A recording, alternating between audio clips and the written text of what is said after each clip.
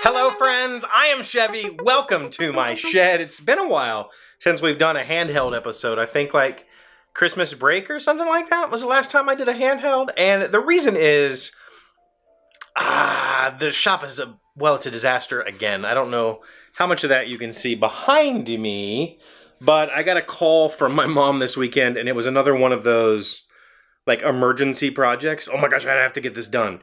And so I've been working in this space since Friday evening, and I'm not at a stopping point, so I don't want to stop, clean everything up, only to have to get it back out till later, start on it again tonight, then come back tomorrow, clean it up for the shoot and all that stuff. So hopefully I can get all of my lumber milled up tonight, and then I can start finish and assembly and all that sort of stuff tomorrow, and then work on it for the rest of the week until the weekend. That's the plan. But as things typically go with me, plans don't exactly last forever. So let me show you some of the stuff that I'm working on, and a couple little things that I've done that maybe will interest you. I'm not sure. So what I'm working on is a oak bench, and this bench is going to be tall. These are the legs that I've glued together, and you can see it's about 20, I think these are 22 inches to the top. So the bench will be a little over 22 inches after the top's on it. These are made, these are like 2 1/8 by 2 1/8, and this is actually 3 pieces of 3/4 oak, 1 inch oak, not 3/4, not, yeah. You know what I mean. So these are 3 pieces of oak that I've laminated together, cut to their correct size, and that will be topped by, oh god, this piece. So this is the top of the bench. Prime lens on here, it's kind of hard to show off. This is 2 pieces of 1x8 that I have glued together. This is the first time I've done like a real furniture project.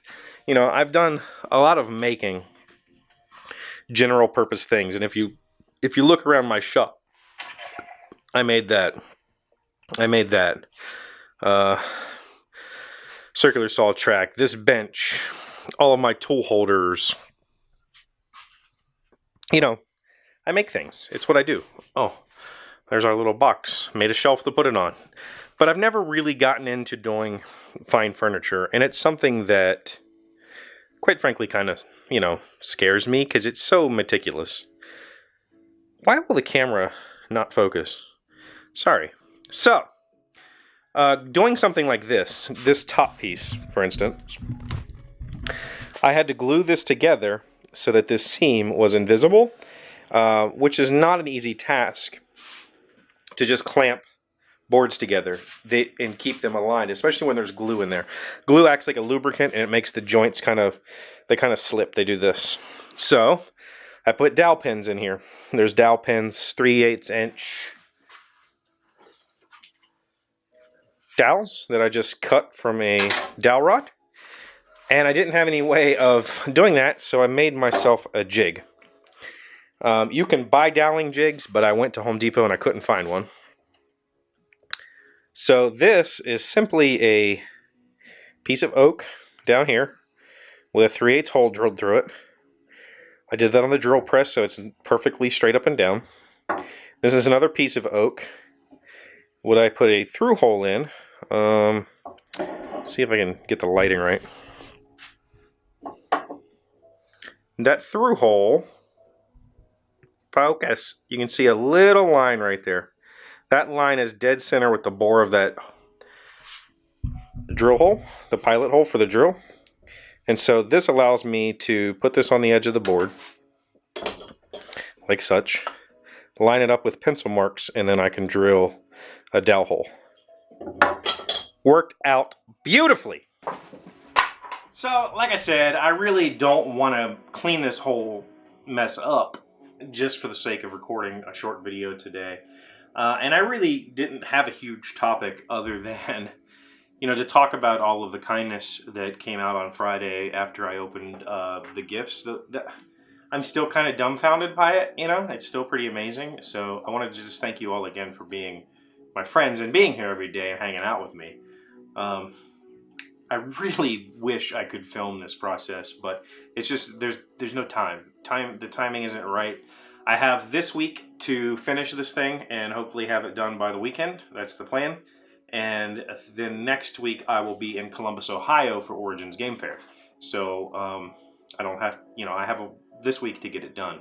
And being that this is a fine furniture project, you know, this these legs have a lot of cleanup work to be done. They have to be sanded nice.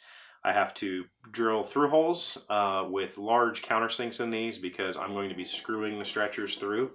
So I'll screw through, you know, stretcher will go here, screw through into it, and then I'm going to plug those holes with more doweling, or I actually have some decorative plugs.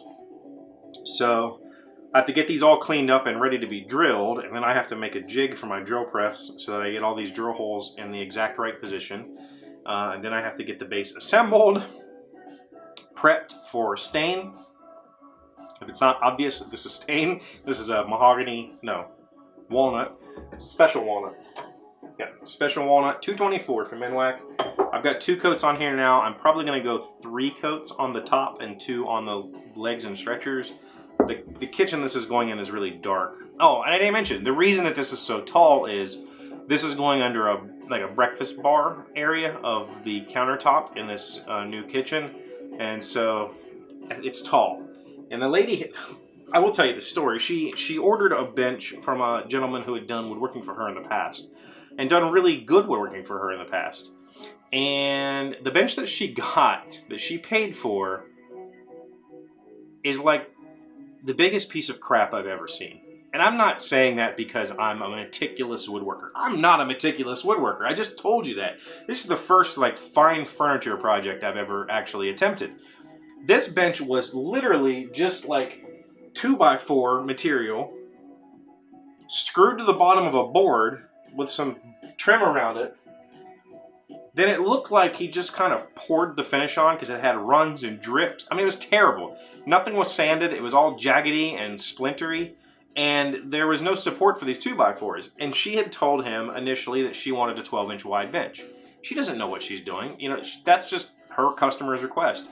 Well, the bench being 12 inches wide, and then he had an inset for the stretchers, and then the 2x4s were in between those. There was like 4 or 5 inches between the 2x4s on a 24-inch tall bench, essentially. So it was like this completely unstable mess.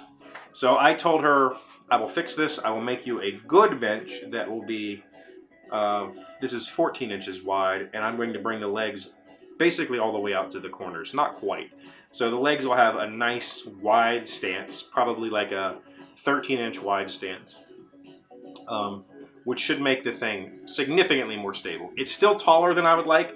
You know, a normal bench height would be like 18 inches, so this is a good 4 inches taller, which is going to give it some wobbliness inherently. It's going to be easier to tip over, but that's just the way it just has to be that way. So yeah, so I've got a lot of work to do tonight to get this prepped. I'm going to try to get the legs prepped, get the stretchers cut, and then I can start laying out all the drill holes and make sure I don't screw this up. I really have one shot at this.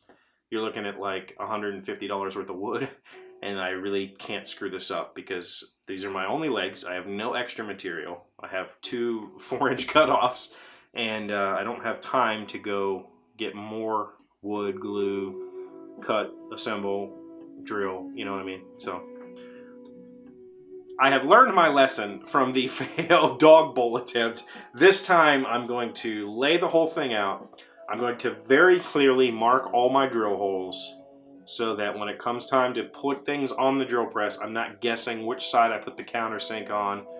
It'll just work. And then I can sand all that off later, finish it, and have a nice bench. So thank you guys for being here. As always, I really appreciate you. I'm sorry this was kind of weird and random, but hey, maybe you learned something about how to make a dallium jig that's stupid easy to make. You don't need anything special. Thank you for watching. Thank you for liking and commenting and subscribing and being amazing friends. And I will see you tomorrow. Hey, I want to ask you something.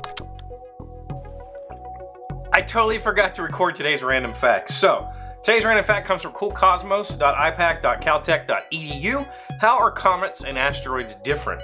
Asteroids are made up of metals and rocky material, while comets are made up of ice, dust, and rocky material. Both asteroids and comets were formed early in the history of the solar system, about 4.5 billion years ago. Asteroids formed much closer to the sun, where it was too warm for ices to remain solid.